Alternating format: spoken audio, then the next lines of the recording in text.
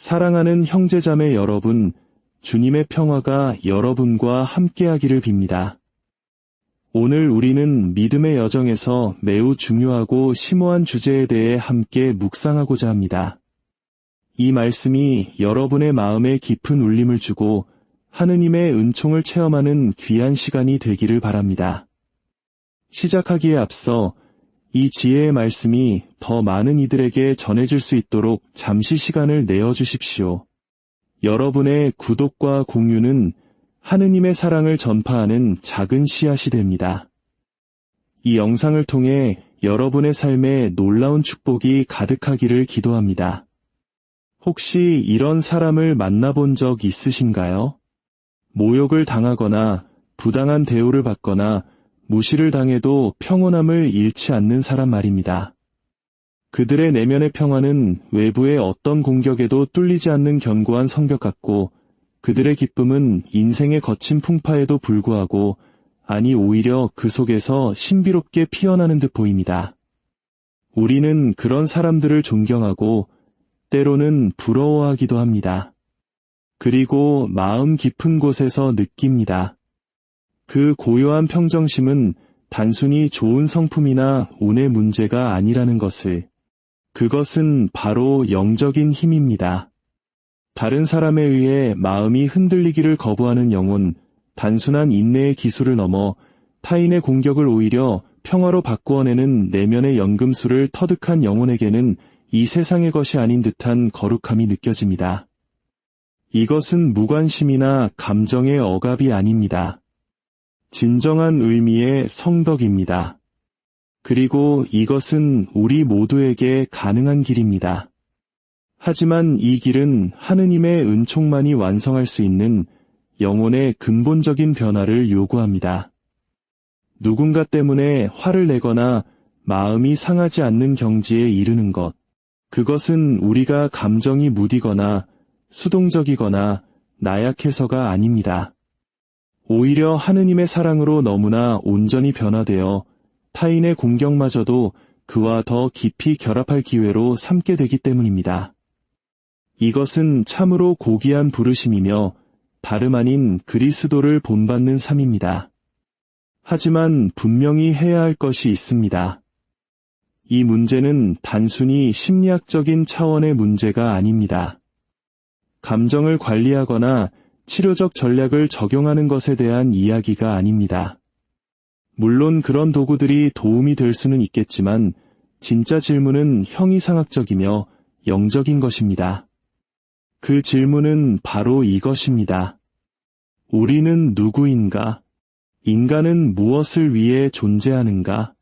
그리고 하느님의 사랑이라는 위대한 드라마는 다른 이들이 우리에게 상처를 줄 때 우리가 반응하는 방식을 어떻게 재구성하는가? 우리가 살아가는 이 시대는 전례 없이 예민하고 분노가 들끓는 시대입니다. 상처받았음을 드러내는 것이 마치 미덕처럼 여겨지고 분노를 표출하는 것이 자신의 도덕적 우월함을 증명하는 훈장처럼 되었습니다. 많은 한국인들이 치열한 경쟁과 관계의 어려움 속에서 느끼는 피로감과 비슷할 것입니다. 늘 타인의 시선을 의식하고 나의 체면과 자존심이 깎일까 노심초사하는 문화 속에서 우리는 너무 쉽게 마음의 상처를 입습니다. 그러나 복음은 우리에게 세상의 지혜와는 정반대의 진리를 제시합니다. 평화는 마음이 온유한 이들의 것이며 자비로운 이들의 것이며 마음이 가난한 이들의 것이라고 말입니다. 성인들은 쉽게 마음이 상하지 않습니다. 그들은 복수를 꾀하지 않으며 다른 사람의 실패에 흔들리지 않습니다. 왜 그럴까요? 그들의 삶이 다른 중심에 뿌리내리고 있기 때문입니다. 그들의 정체성은 연약한 자아가 아니라 반석이신 하느님께 단단히 기반을 두고 있기에 결코 흔들리지 않습니다. 바로 여기에 다른 사람 때문에 흔들리지 않고 살아가는 첫 번째 영적인 열쇠가 있습니다. 우리는 인간의 평가나 행동이라는 변덕스러운 바람보다 더 깊은 곳, 바로 살아계신 하느님 안에 닻을 내려야 합니다. 성경은 우리에게 이 모습의 완벽한 모범을 보여주십니다. 바로 예수 그리스도입니다. 특히 그분의 순환을 묵상해 보십시오. 그분은 친구에게 배신당하고 다른 제자에게 부인당했으며 거의 모든 이에게 버림받으셨습니다. 거짓 고발을 당하고 침뱉음을 당하고 채찍질 당하고 마침내 십자가에 못 박히셨습니다. 그러나 그분의 입술에서 어떤 말이 흘러나왔습니까? 분노도, 원망도, 비난도 아니었습니다. 대신 우리는 이렇게 기도하시는 그분의 목소리를 듣습니다. 아버지, 저들을 용서해 주십시오. 저들은 자기들이 무슨 일을 하는지 모릅니다. 이것은 감정으로부터 초연한 철학자의 금욕주의가 아닙니다. 이것은 가해자의 행동 너머에 있는 영적인 무지를 꿰뚫어 보시는 성자의 사랑입니다. 그분은 상처 아래에 있는 더 깊은 상처를 보셨습니다. 그리고 성부와 온전히 일치하셨기에 본능적인 반응이 아닌 신적인 사랑으로 응답하신 것입니다.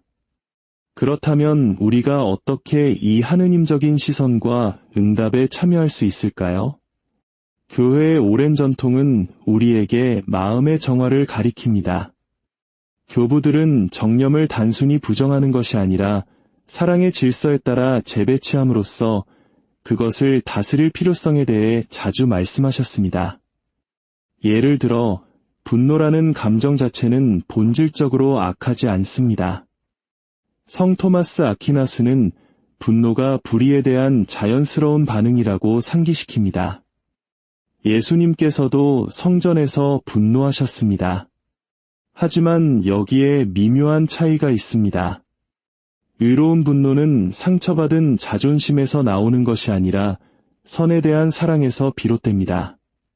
그것은 결코 자기중심적이지 않으며 언제나 정의를 위한 것입니다.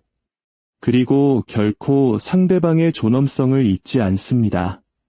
반면에 무질서한 분노는 자아에 뿌리를 둡니다. 우리의 기대가 좌절될 때, 우리가 당연하게 여기던 권리가 부정당할 때, 타인을 통제하려는 욕구가 가로막힐 때 솟아납니다. 바로 이 분노가 십자가에 못 박혀야 할 우리의 옛 모습입니다. 초대교회의 영적 운동선수들이었던 사막의 교부들은 분노의 악마에 대해 자주 언급했습니다. 그들은 하느님을 인식하기 위해서는 영혼이 고요해야 함을 알았습니다. 그리고 분노는 설령 정당하다 할지라도 그 고요함을 깨뜨립니다. 폰투스의 에바그리우스는 분노를 품은 수도자는 헛되이 기도할 뿐이라고 경고했습니다. 이것은 감정을 억누르거나 아무렇지 않은 척하라는 말이 아닙니다. 진정한 자유는 우리가 다른 사람을 통제할 때가 아니라 더 이상 다른 사람에게 통제당하지 않을 때 온다는 것을 의미합니다. 누군가 우리에게 상처를 줄 때 질문은 어떻게 감히 나에게 이럴 수 있는가? 가 아니라 이것이 나의 마음을 이토록 깊이 흔드는가? 가 되어야 합니다. 그 답은 대부분 인정받고 싶어하는 갈망, 칭찬에 대한 굶주림, 무시당하는 것에 대한 두려움과 같은 자아의 숨겨진 요새를 드러냅니다. 이것을 극복하기 위해 우리는 죽어야 합니다. 육체적으로가 아니라 영적으로 말입니다. 밀알 하나가 땅에 떨어져 죽지 않으면 한 알 그대로 남고 죽으면 많은 열매를 맺는다. 평화에 이르는 길은 자아에 대한 죽음의 길입니다. 자신이 옳다고 주장하고 인정받으려 하고 모든 것을 통제하려는 거짓된 자아, 이기적인 자아 말입니다. 다른 사람이 우리를 비판하거나 무시하거나 우리의 기대에 미치지 못할 때 불같이 화를 내는 바로 그 자아가 그리스도와 함께 십자가에 못 박혀야 합니다. 자아를 비워낼 때에만 비로소 하느님의 사랑이 머물 공간이 생깁니다. 하지만 이 비움은 소멸이 아니라 해방입니다. 더 이상 다른 사람에게서 자신의 만족을 찾을 필요가 없기에 원수까지도 사랑할 수 있었던 성인들의 자유입니다. 그들의 만족은 오직 하느님 안에 있기 때문입니다. 그들은 상처의 고통을 부정하지 않지만 평화를 얻기 위해 더 이상 다른 사람의 인정이나 시정에 의존하지 않습니다. 그들은 성 바오로의 말씀처럼 그리스도를 입었습니다. 그리고 사랑 그 자체이신 그리스도께서는 증오나 오해 때문에 결코 균형을 잃지 않으십니다. 그분은 우리의 감정 생활을 특징 짓는 변덕스러움 없이 꾸준하고 한결같이 사랑하십니다. 이러한 변화가 가져오는 심리적 효과는 엄청나지만 그것은 신학적 토대에서 비롯된 부차적인 결과일 뿐입니다. 우리의 평화는 다른 사람들이 올바르게 행동하는 데서 오는 것이 아닙니다. 그것은 삼위일체이신 하느님 안에 머무는 데서 옵니다. 예수님께서는 말씀하십니다. 내 안에 머물러라. 나도 너희 안에 머무르겠다. 머문다는 것은 남아서 거주하고 뿌리를 내리는 것입니다. 그리스도 안에 머무는 사람은 쉽게 흔들리지 않습니다. 그들은 반석 위에 지은 집과 같습니다. 폭풍이 몰아치고 바람이 불고 상처 주는 일들이 닥쳐와도 그 집은 굳건히 서 있습니다. 인간의 칭찬이나 비난보다 더 깊은 곳에 기초를 두었기 때문입니다. 더 나아가 성인들은 모든 상처를 선물로 여기라고 가르칩니다. 작은 꽃으로 잘 알려진 리지웨의 성녀 데레사는 사랑 안에서 성장할 기회로 삼기 위해 일부러 수도원에서 가장 까다로운 수녀님들을 찾아다녔다고 기록했습니다. 그녀는 사랑이 감정이 아니라 은총으로 지탱되는 의지의 결단임을 알았습니다.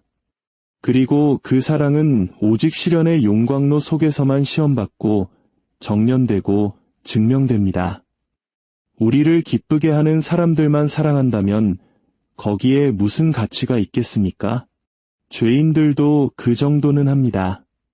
하지만 우리에게 상처를 준 사람을 사랑하는 것, 그것이야말로 하느님을 닮은 것이며 십자가의 신비에 동참하는 것입니다.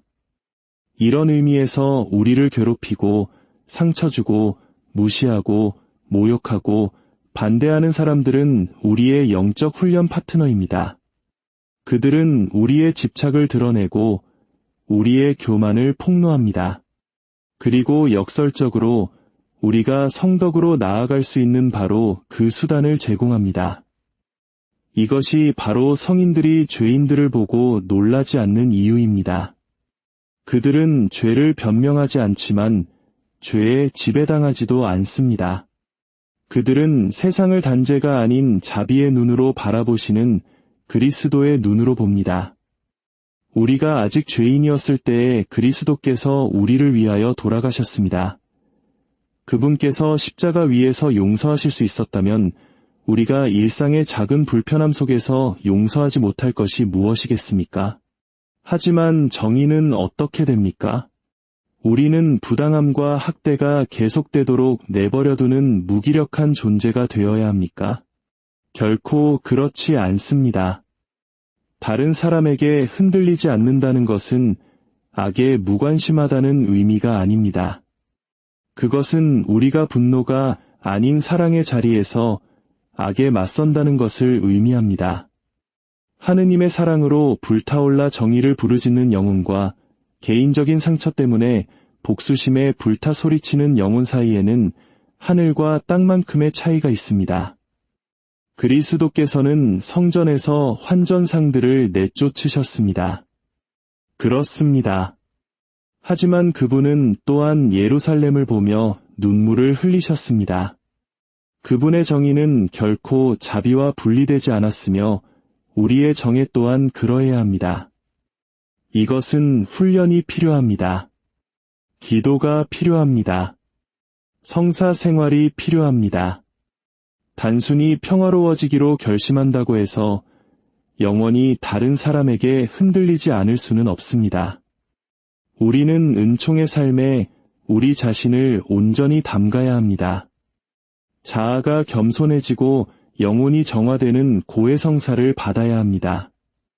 사랑의 화신이신 분으로부터 양식을 얻는 성체성사를 모셔야 합니다.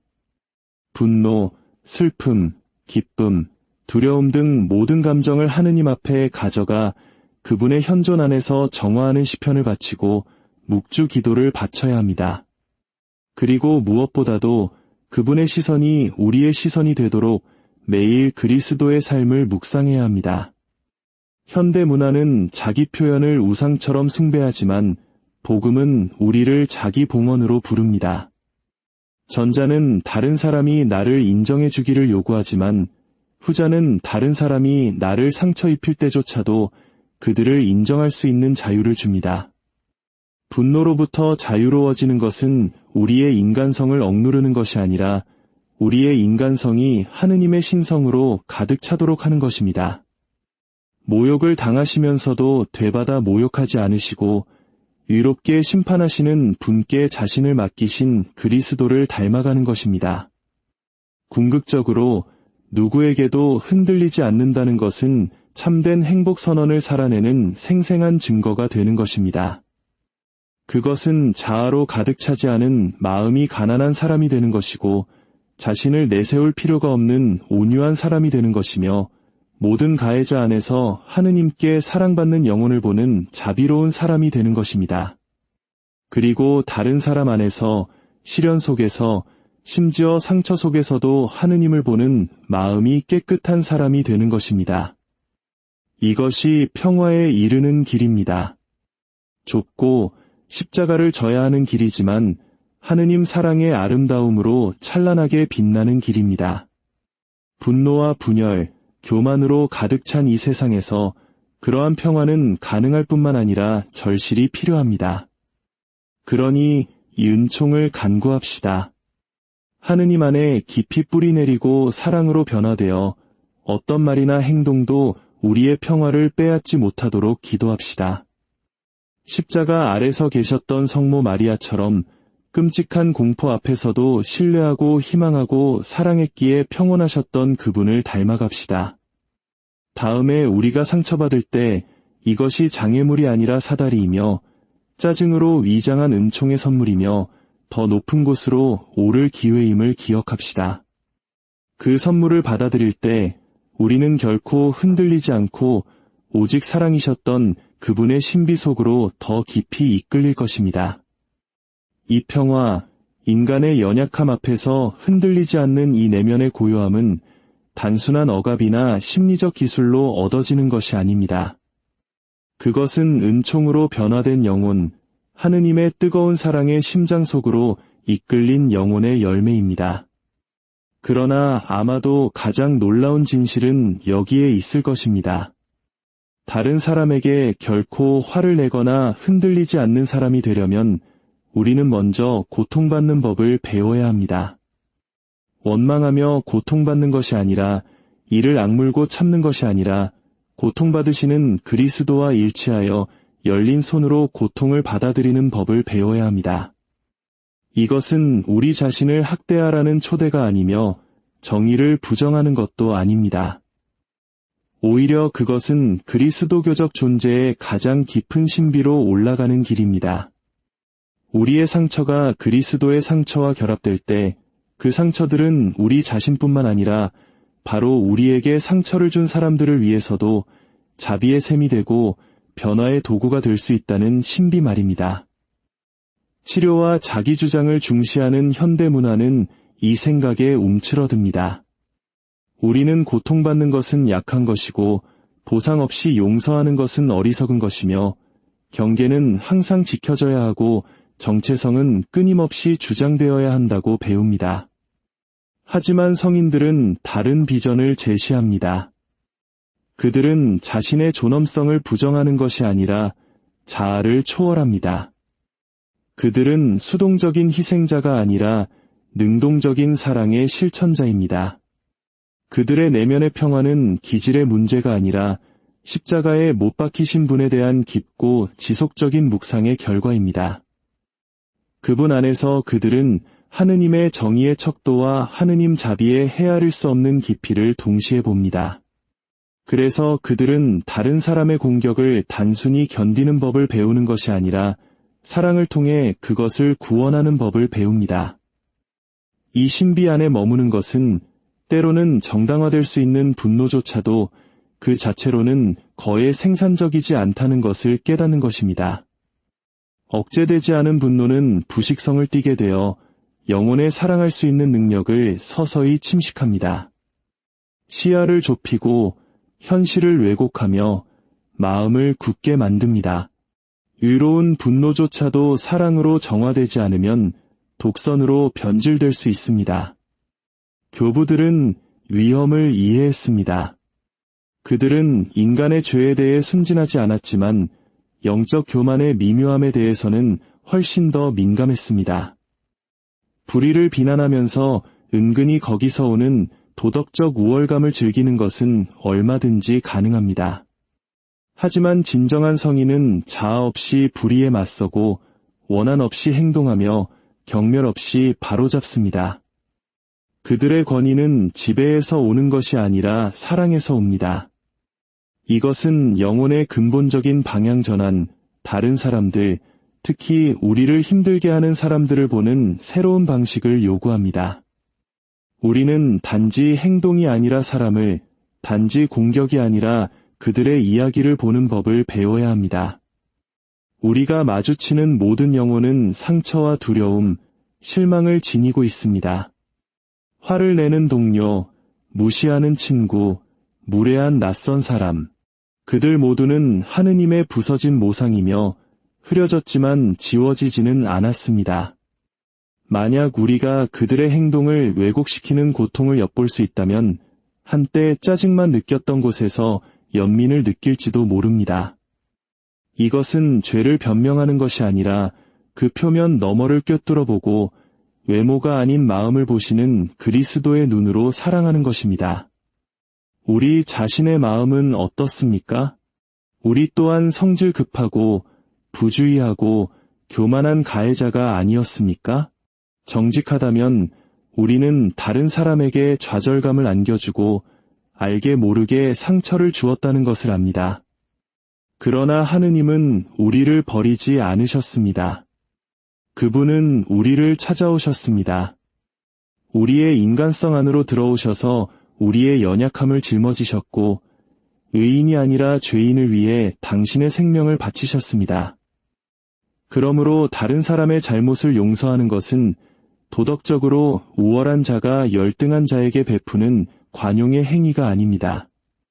그것은 우리 자신이 받은 하느님의 자비에 참여하는 행위입니다. 우리는 기도합니다. 저희에게 잘못한 일을 저희가 용서하오니 저희 죄를 용서하시고 이것은 제한이 아니라 조건입니다. 용서하기를 거부하는 것은 우리 자신을 하느님 은총의 흐름 밖에 두는 것이기 때문입니다. 도전은 이제 단순히 행동적인 것이 아니라 존재론적인 것이 됩니다. 우리는 어떤 존재가 되어가고 있습니까? 평화의 그릇이 되고 있습니까? 아니면 분열의 매개체가 되고 있습니까? 삼위일체 하느님의 사랑을 반영하고 있습니까? 아니면 세상에 반응적이고 방어적인 정신을 비추고 있습니까? 인간의 마음은 친교를 위해 만들어졌으며 그 친교를 방해하는 분노, 원한, 냉담함은 궁극적으로 우리의 가장 깊은 본성을 왜곡하는 것입니다. 성인들이 평온한 이유는 갈등을 피했기 때문이 아니라 항상 정당화를 요구하는 거짓 자아를 초월했기 때문입니다. 그들은 자신이 누구인지를 너무나 깊고 흔들림 없이 알고 계셨기에 어떤 모욕도 그분의 정체성을 건드릴 수 없었던 그리스도처럼 되었습니다. 정체성 위기와 만성적인 불안에 시달리는 현대 세계는 이런 종류의 명확함에 굶주려 있습니다. 우리는 직업적 성취나 사회적 인정에서 자신을 찾으라고 듣지만 이 모든 것은 깨지기 쉽고 덧없습니다. 직장에서 누군가 우리를 무시할 때, 가족이 우리의 노력을 알아주지 않을 때, 낯선 사람이 운전 중에 끼어들 때 우리는 단지 짜증을 느끼는 것이 아니라 실존적인 위협을 느낍니다. 왜일까요? 우리의 자아감이 종종 다른 사람이 빼앗아갈 수 있는 것들에 위태롭게 의존하고 있기 때문입니다. 하지만 우리가 그리스도께 속해 있고 우리의 정체성이 그분과 함께 하느님 안에 감추어져 있다면 어떤 모욕도 우리를 축소시킬 수 없습니다. 우리는 안전하고 자유롭습니다. 그리고 그 자유는 무관심이 아니라 무례함 앞에서도 사랑할 수 있는 심오한 능력으로 나타납니다. 이것이 바로 내면의 평화의 길이 겸손과 불가분의 관계에 있는 이유입니다. 교만은 아무리 미묘한 내적 교만이라도 항상 상처받습니다. 반대에 발끈하고 통제하려 하고 인정을 요구합니다. 하지만 겸손은 상처받지 않습니다. 존엄성이 없어서가 아니라 자신의 존엄성이 하느님으로부터 온다는 것을 알기 때문입니다. 겸손한 사람은 짓밟히는 사람이 아닙니다. 그들은 산과 같습니다. 흔들리지 않고 움직이지 않으며 평온합니다. 방어적이지 않게 지적을 받아들일 수 있고 절망 없이 무시당할 수 있으며 보복 없이 반대에 부딪힐 수 있습니다. 그들의 가치는 위태롭지 않고 그들의 기쁨은 다른 사람이 제 역할을 하는지에 달려있지 않기 때문입니다. 그들은 하느님의 영원한 기쁨에 닻을 내리고 있습니다. 분노의 시대에 평화로운 영혼은 두드러집니다. 그들은 격동하는 바다 한가운데 있는 고요한 호수와 같습니다.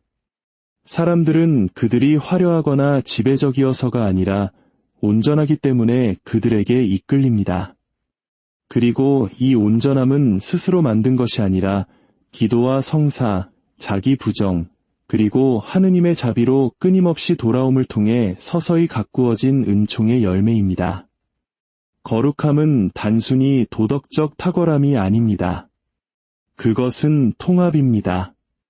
우리의 욕망, 생각, 감정, 행동이 하느님의 뜻과 일치하는 것입니다. 그렇게 통합된 사람은 다른 사람의 죄 때문에 길을 잃지 않습니다. 더 이상 자아에 묶여있지 않기 때문에 사랑으로 응답할 자유가 있습니다. 바로 여기서 우리는 그리스도교 영성 성숙의 핵심에 있는 역설을 발견합니다. 우리 자신에 대해 더 많이 죽을수록 우리는 더 온전히 우리 자신이 됩니다. 다른 사람의 의견이나 행동을 통제하려는 필요를 더 많이 버릴수록 우리는 더 진정한 영향력의 도구가 됩니다. 교만과 보복심을 더 많이 비울수록 하느님의 사랑이 우리를 통해 흐를 더 많은 공간을 만듭니다. 그리고 이 사랑은 수동적이거나 약하지 않습니다. 그것은 맹렬하고 정화하며 빛납니다. 그것은 죽음을 정복한 사랑이며 계속해서 마음을 정복하는 사랑입니다. 만약 소수의 사람들만이라도 진정으로 이렇게 산다면 우리의 가정, 본당, 직장, 도시가 어떤 모습일지 상상해 보십시오. 단지 예에 바르거나 관용적인 것이 아니라 심오하게 자유로운 사람들, 용서할 자유, 축복할 자유, 쓰라림 없이 상처를 흡수할 자유를 가진 사람들. 그런 사람들은 유토피아를 꿈꾸는 몽상가가 아닙니다. 그들은 성인이며 교회는 바로 그런 성인들을 양성하기 위해 존재합니다. 단지 그들 자신의 평화를 위해서가 아니라 세상을 변화시키기 위해서입니다. 평화는 갈등의 부재가 아니라 마음속에서 다스리시는 그리스도의 현존이기 때문입니다. 고요함 속에서 양육되는 이 다스림, 다른 사람에게 흔들리지 않기를 원한다면 우리는 매일 시간을 내어 하느님에 의해 우리의 마음이 흔들리도록 해야 합니다. 기도, 특히 고요한 성체 조배 안에서 우리는 우리 자신의 마음을 더 명확하게 보게 됩니다. 통제를 갈망하는 미묘한 방식, 마음속으로 되뇌는 원망의 대화, 미리 연습해둔 논쟁과 쌓아둔 상처들을 알아차리기 시작합니다. 그리고 하느님 사랑의 비단에서 이 그림자들은 녹아내립니다. 우리는 우리의 분노 대부분이 정의가 아니라 자아에 관한 것임을 보기 시작합니다. 그리고 천천히, 부드럽게 우리는 변화됩니다. 이것은 빠른 작업이 아닙니다. 평생의 노력입니다. 하지만 그것은 평화의 결핍을 다른 사람 탓으로 돌리기를 멈추고 진정으로 평화를 찾을 수 있는 곳, 바로 꿰뚫린 그리스도의 심장 안에서 그 평화를 찾기 시작하는 단 하나의 결정에서 시작됩니다. 그분 안에서 모든 불협화음은 해결책을 찾고 모든 공격은 자비를 만나며 모든 갈등은 하느님 사랑의 광채로 변화되기 때문입니다. 그분 안에서 우리는 누구에게도 흔들리지 않는 것이 통제의 문제가 아니라 순명의 문제임을 발견합니다. 그것은 기술이 아니라 존재 방식이며 사랑이신 하느님의 영원한 고요함에 참여하는 것입니다. 그러니 이 사랑으로 계속해서 돌아갑시다.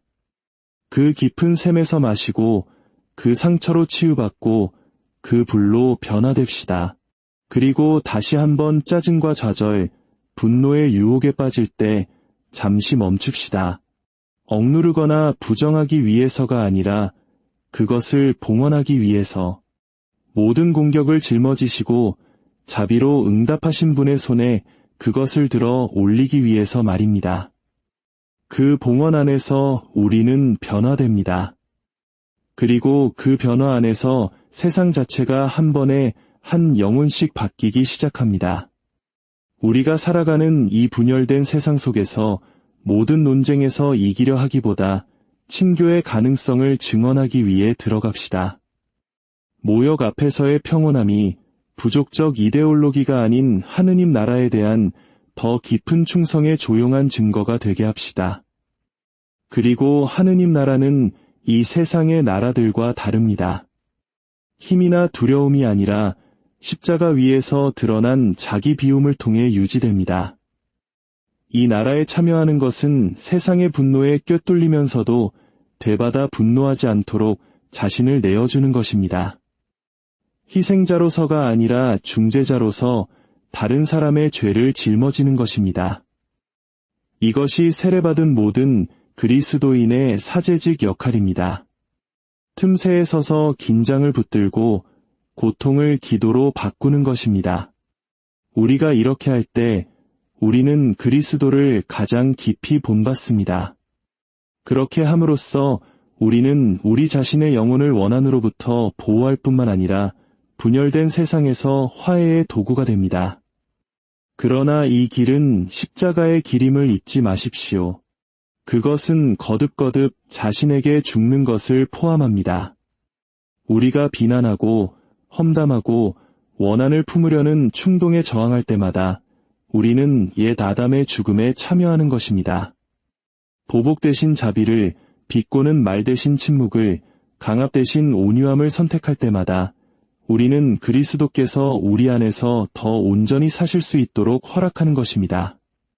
이것은 성화의 느린 작업이며 일상의 평범한 참호 속에서, 교통체증 속에서, 가족 간의 다툼에서, 본당 회의에서, 온라인 댓글창에서 일어납니다.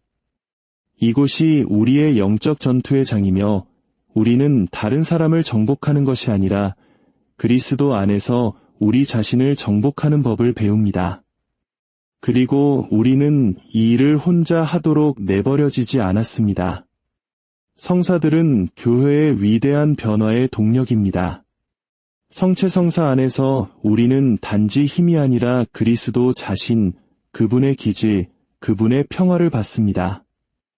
고해성사 안에서 우리는 죄책감뿐만 아니라 분노와 교만의 내적 독소로부터 정화됩니다.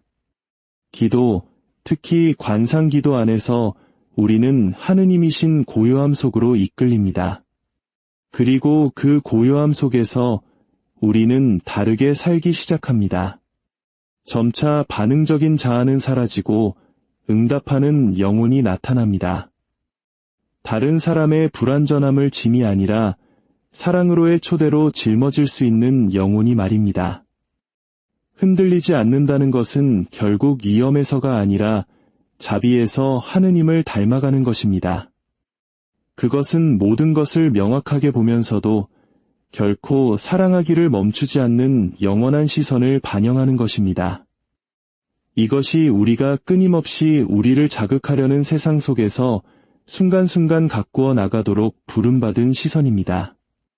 문제는 우리가 상처를 받을 것인가가 아닙니다. 문제는 우리가 그 상처가 우리를 정의하도록 내버려 둘 것인가, 아니면 우리가 그리스도 안에 있고 그리스도께서 우리 안에 계시다는 더 깊은 진리로 돌아갈 것인가입니다.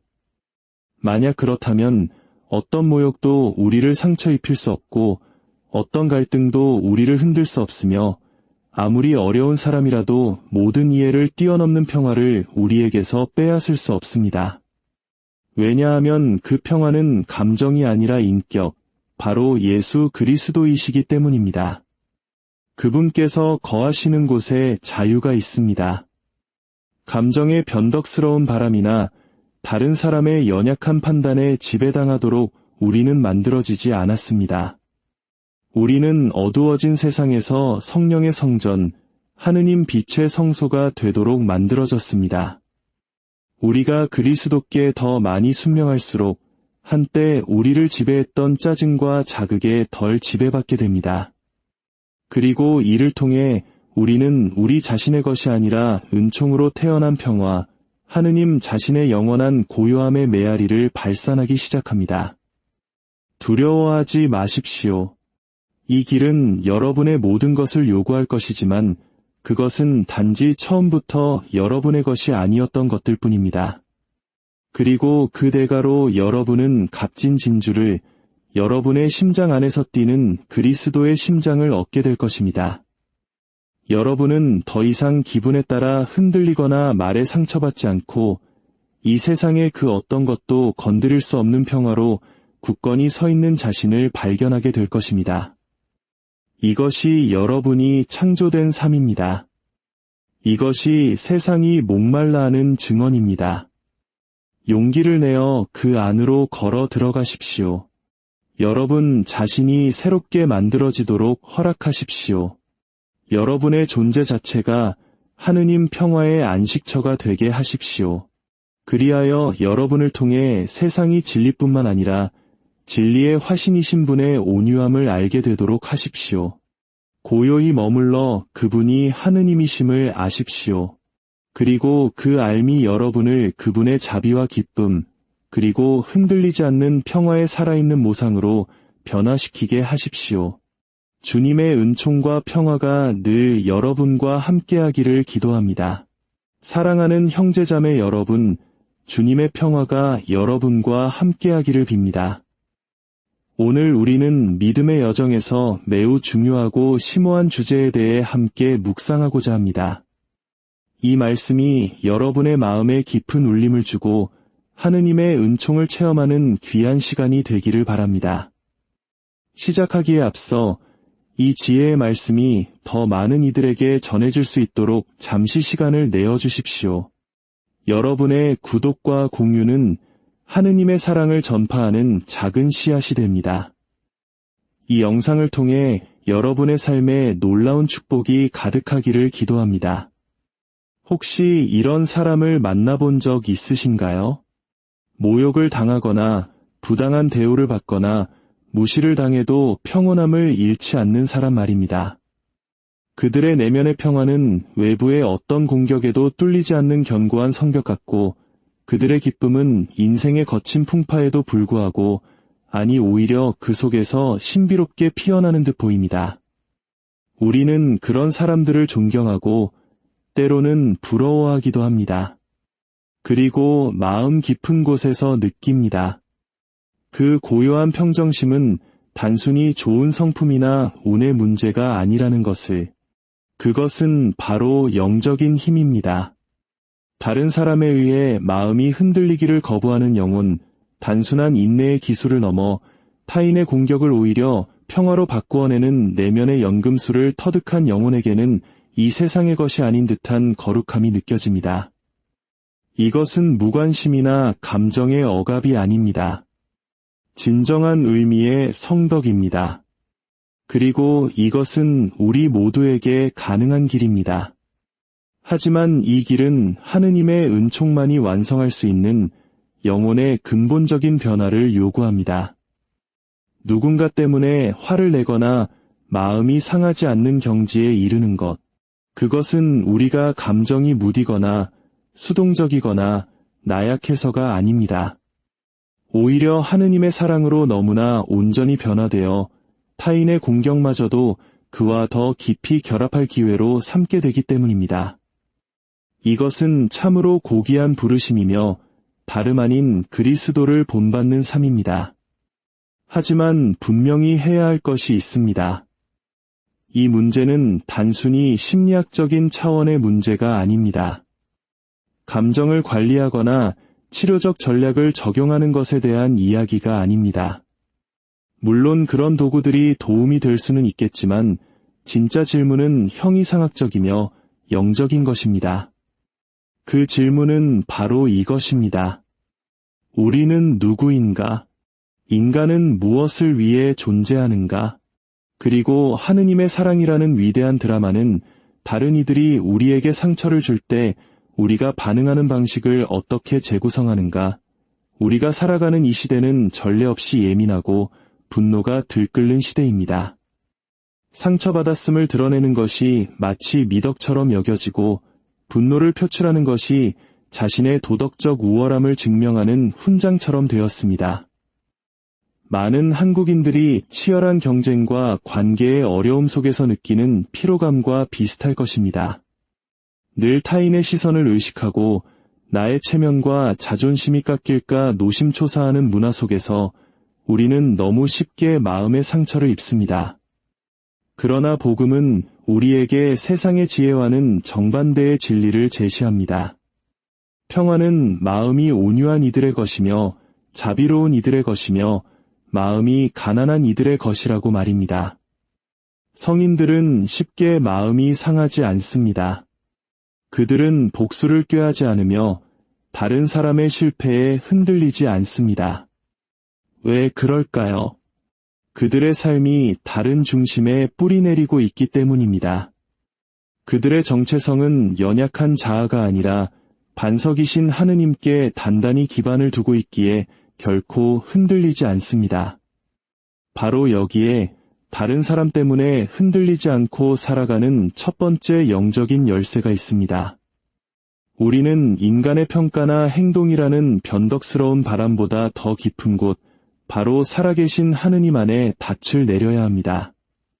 성경은 우리에게 이 모습의 완벽한 모범을 보여주십니다.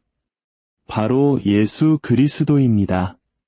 특히 그분의 순환을 묵상해 보십시오. 그분은 친구에게 배신당하고 다른 제자에게 부인당했으며 거의 모든 이에게 버림받으셨습니다.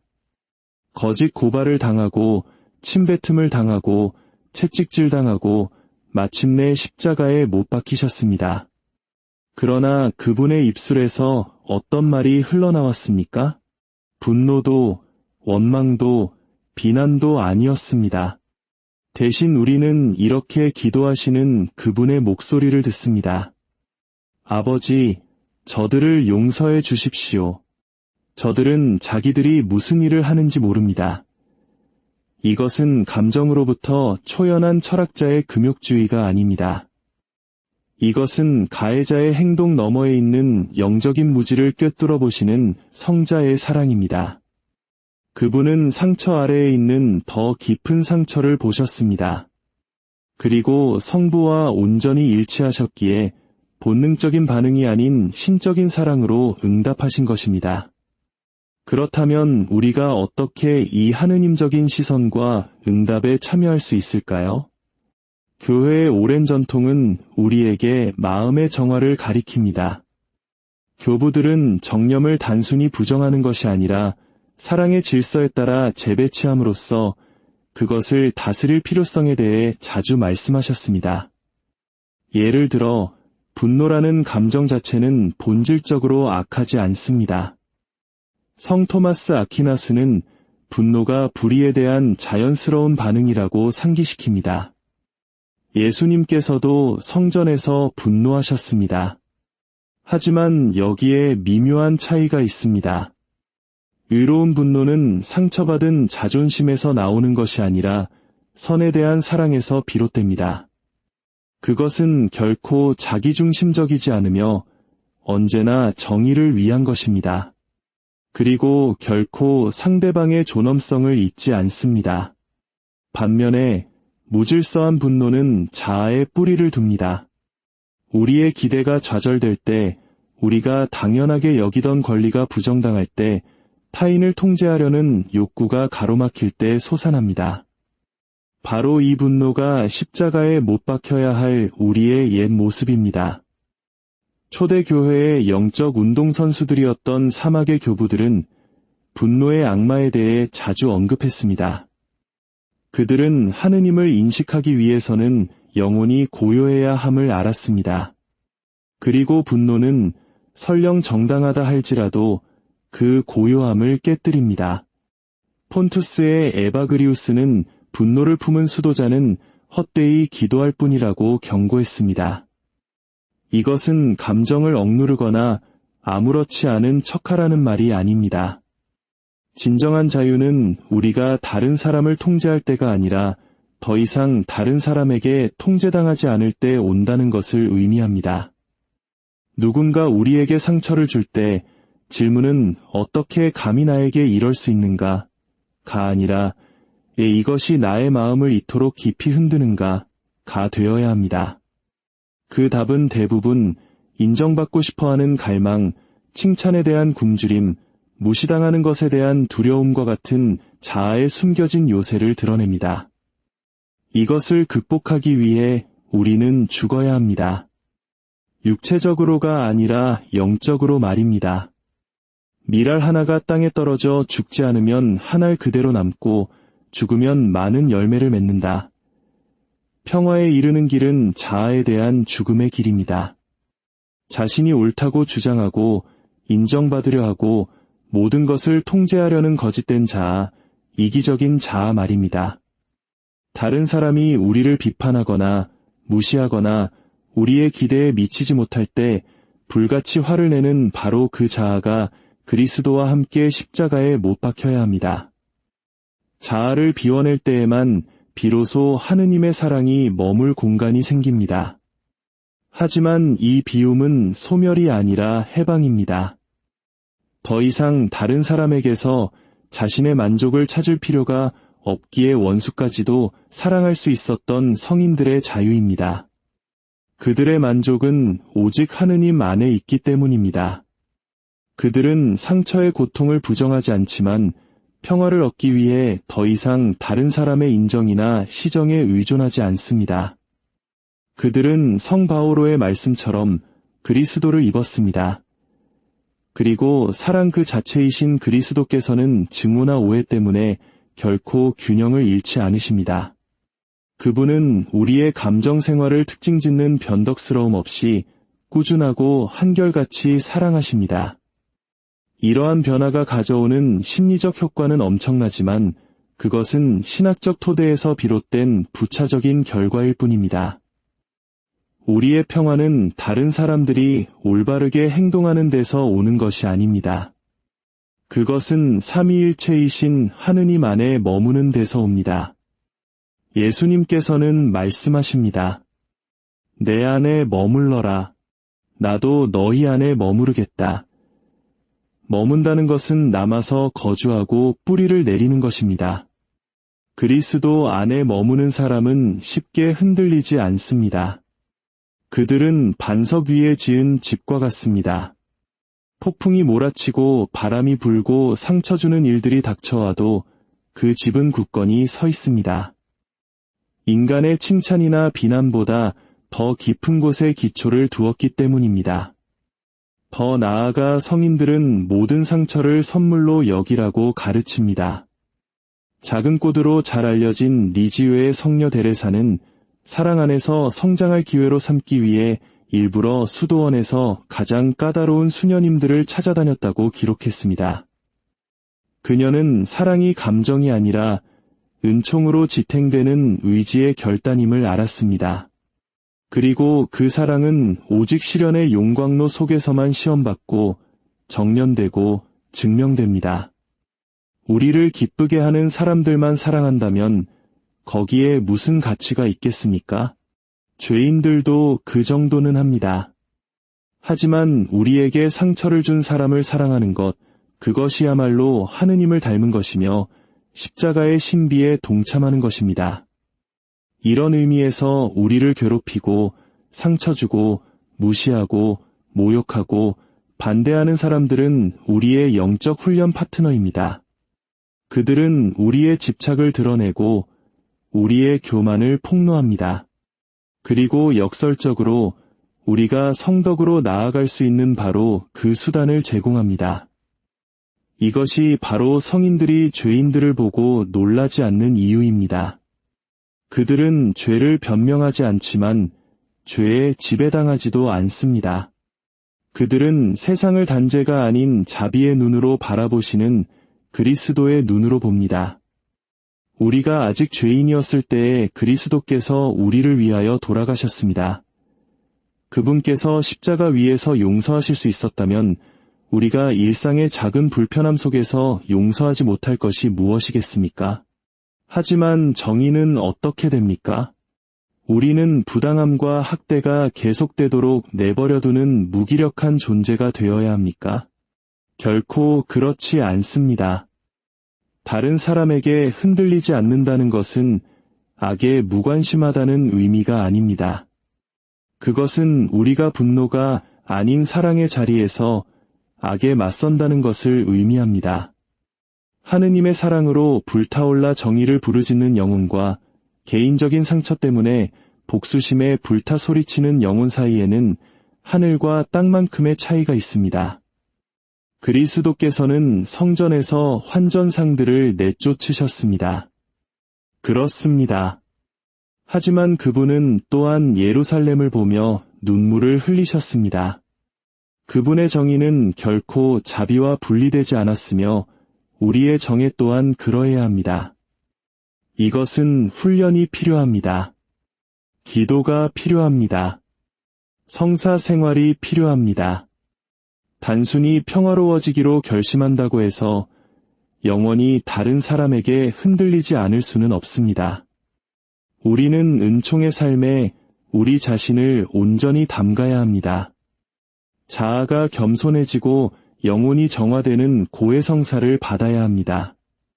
사랑의 화신이신 분으로부터 양식을 얻는 성체성사를 모셔야 합니다.